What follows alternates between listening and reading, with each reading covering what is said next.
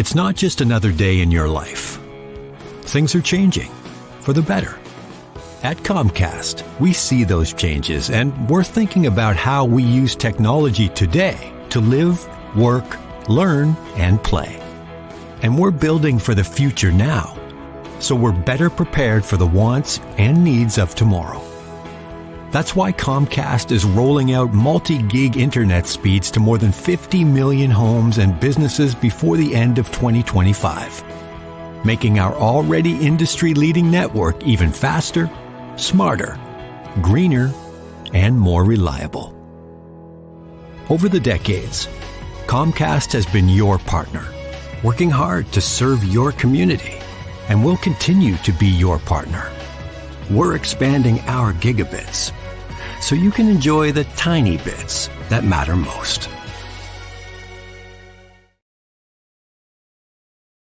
Hi, I'm Shaletta Brundage. I'm a media personality, podcaster, and a business owner, but my most important role is mom.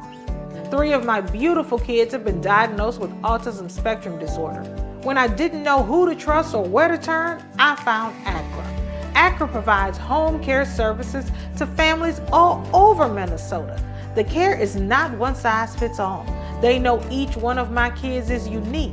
They listen to what resources we needed and what's best for our family. I've seen my kids grow and thrive with ACRA's in-home care. While autism is the most common diagnosis among ACRA clients, ACRA offers personalized in-home care services for people with disabilities, chronic illnesses, behavioral diagnosis, and mental illness. They work with children, adolescents, and older folks too. Find out more about ACRA at their website, acrahomecare.org. ACRA helps me provide my kids with a better quality of life. They can do it for your family too. It's Not Your Fault is a podcast for parents, caregivers, and young people navigating the world and its challenges. Here's your host, Brandon Jones. Greetings, everyone, and welcome back to another installment of It Is Not Your Fault, a teen mental health podcast. I am your host, Brandon Jones, and on today's episode, we're wrapping up our last episode on the segment with the Youth Risk Behavior Survey that we've been covering over the past few episodes. And in this episode, I'm going to talk about the last concluding feature that they highlighted in this report and kind of my thoughts on where I see the approach to young people and mental health is going, given the current state that we're in.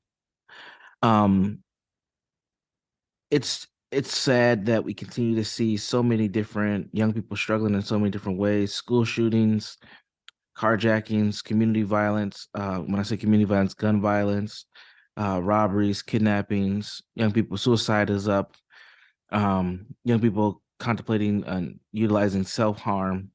These things are happening, and it's not just one state. It's not just one place. A lot of it's in America. That's interesting.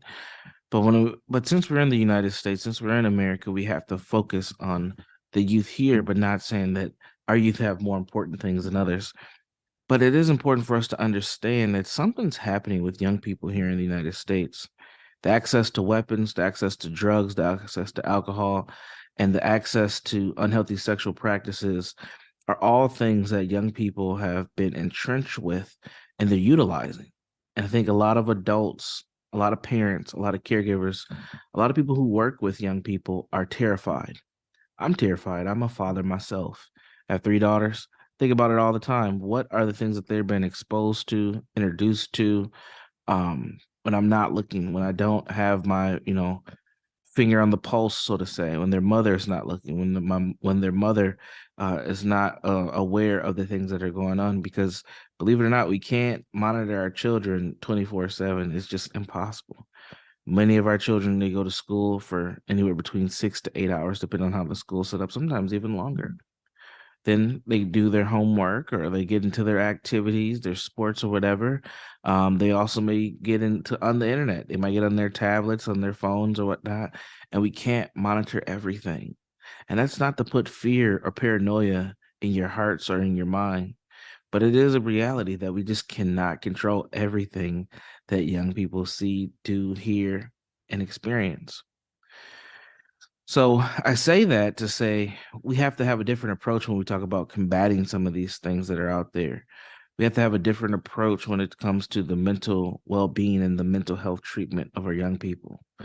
Because unfortunately, we do not have enough providers at the moment to actually address the issues that young people have, or adults for that matter.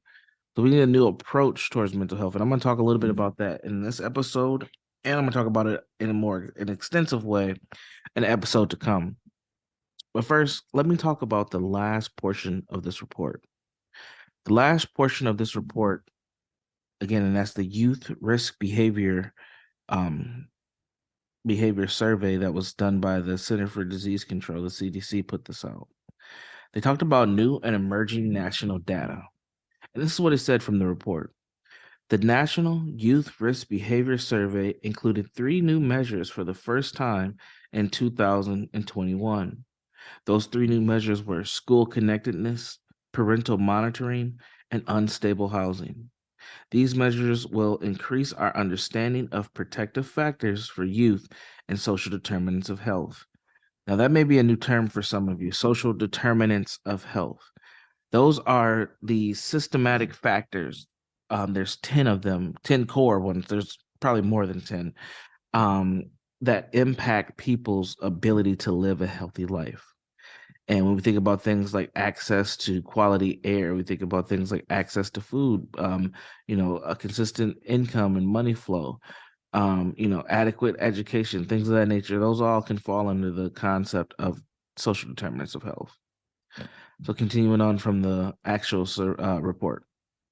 Both are critical to improve adolescent health. School connectedness and parent monitoring are important protective factors for sexual behavior, substance use, violence, and suicidal thoughts and behaviors. Experiencing unstable housing, however, can increase a student's risk. Youth who experience unstable housing are more likely than their stably housed peers to experience violence, use substances, and have higher rates of poor mental health.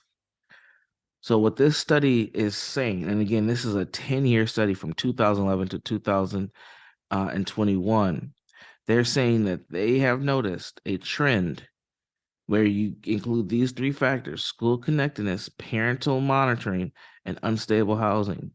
They notice that when young people are connected to their school and when their parents monitor as best as they can, remember, you can't be there 24/7, monitor everything, that students have better outcomes. They also notice that when housing is unstable, students have worse outcomes. So we know that these 3 things are critical things. We need to make sure that the school is connected. So it's literally the main institution that socializes our kids next to parenting. And then you add parenting being engaged. They called it parental monitoring. I would say parent engagement. Because I know parents who just lock their kids down. They just send them in their room. They'd only get the iPad or whatever, internet access, video game access for about an hour a day. And those kids are miserable because they don't have an opportunity to connect with their parents, but not necessarily like be best friends with their parents, but just a general connection. And then also, stable housing. We know when young people, we know, but just some people in general, when they're not stably housed, when they don't have a place, things can go really just awry, and it's unfortunate. So we have to make sure that stable housing and stability and consistency is important. I would add to stable housing and kind of blend it in with the first one with the school connectedness. When you have young people who switch schools consistently, that makes it very difficult for them to adjust. So it's very important that we keep in mind that consistency in schools is important. And I know people that I went to school with. I know even my own family members. I think about my brothers.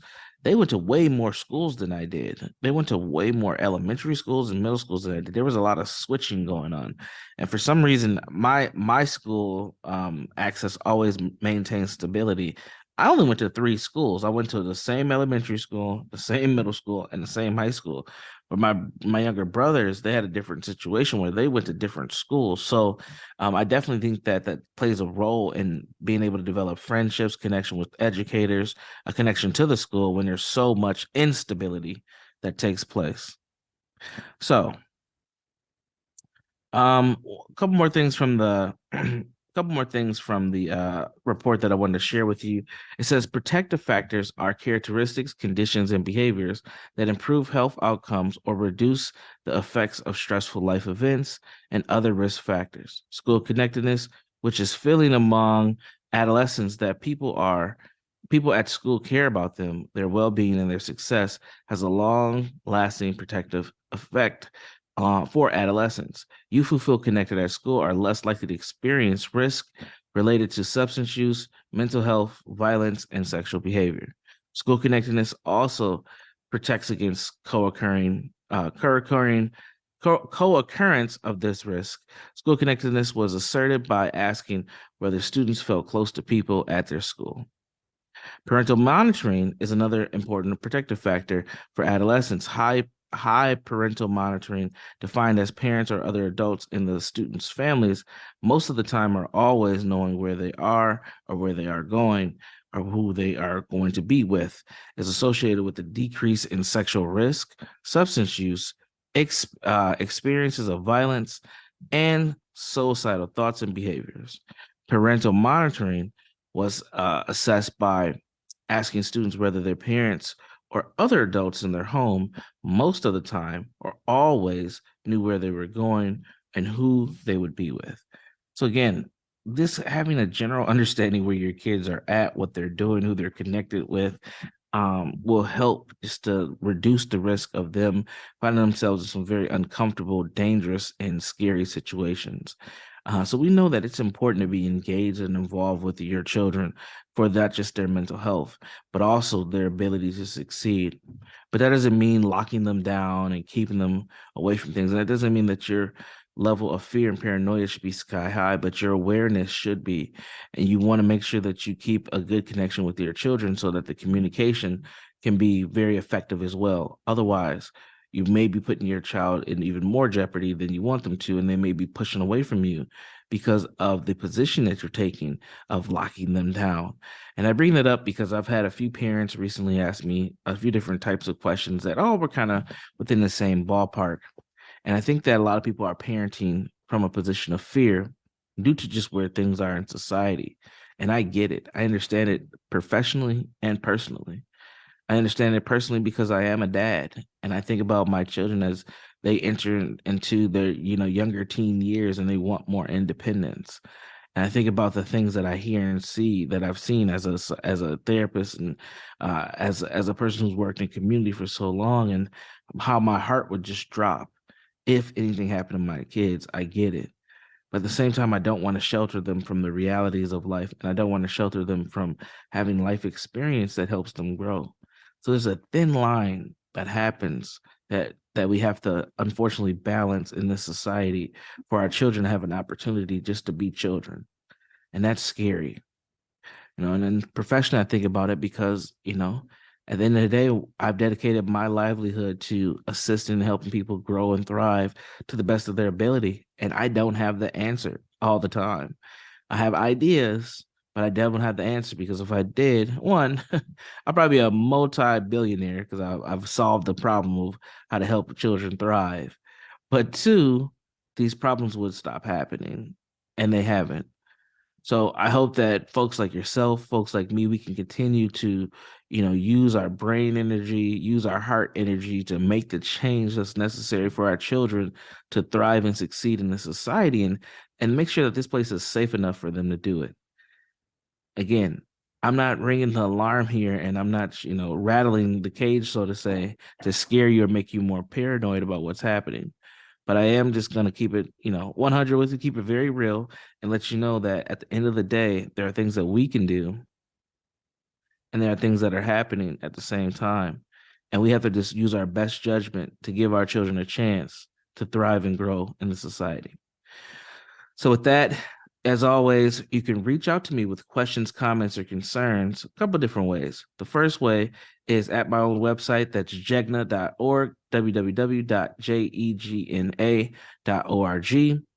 Or you can check us out on our Facebook group at the It Is Not Your Fault podcast.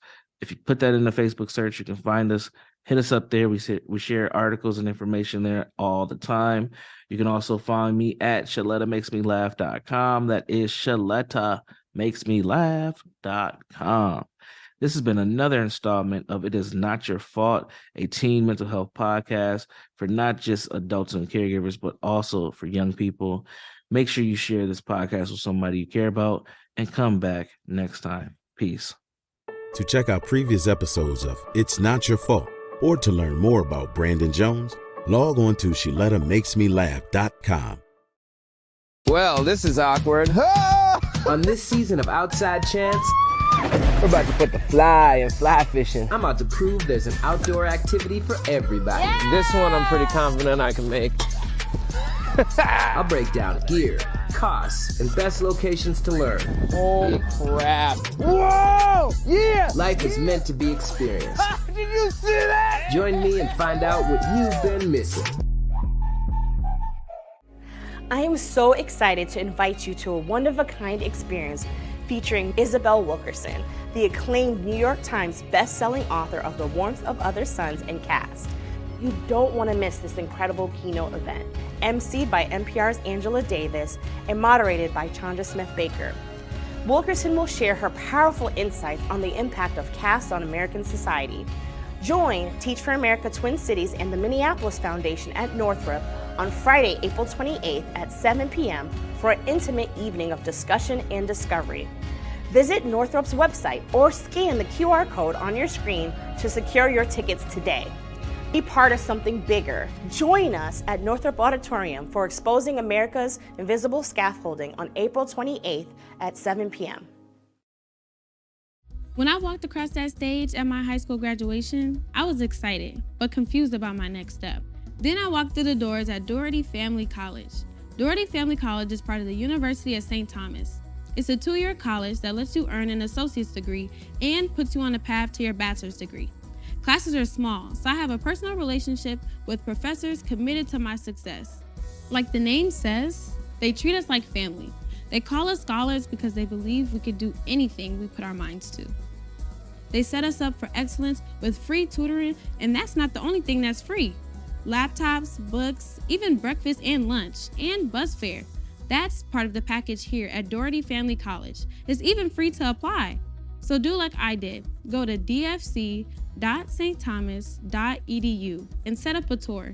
We'd be excited to welcome you to our family here at Doherty Family College. Whether I'm taking the bus or the light rail, I'm on board with Metro Transit. What would I do without my ride? I hope to never find out. Metro Transit is my ticket to get where I need to go. Uptown or downtown, city or suburbs, no hassle. It's my reliable, affordable way to get to work, run errands, visit friends, and then get back home to my neighborhood. With easy-to-pay fares, I just jump on board and relax while a professional does the driving.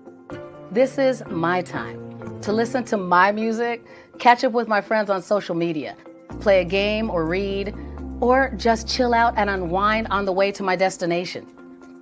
But sharing the ride is also about being with folks from my community, headed to school, or traveling to their appointments, or out on the town. Traveling together, we make our road safer and create a healthier environment for everyone. Get on board with Metro Transit. It's your ride, too. Racial covenants had structured every aspect of life. Keeping Black people in Black spaces. Slavery's history is Minnesota's history. So much of working towards racial equity is around telling our own stories. You know Shaletta makes you laugh, but did you know Shaletta Brundage can also make you think and boost your business? Media personality, activist, and comedian Shaletta Brundage founded Shaletta Makes Me Laugh to celebrate and share the best of Black culture. It's a podcasting platform. You can download 10 weekly podcasts hosted by African-American subject experts at ShalettaMakesMeLaugh.com or wherever you find your favorite podcasts. ShalettaMakesMeLaugh.com is also a production house, creating broadcast-quality commercial content. And Shaletta and her team of storytellers create powerful promotional campaigns to to get businesses the brand awareness they're looking for. Some of Minnesota's top businesses trust Sheletta, and you can too. Get out the word about your events and products and get in front of communities of color with ShelettaMakesMeLaugh.com. She's got the power to help your business.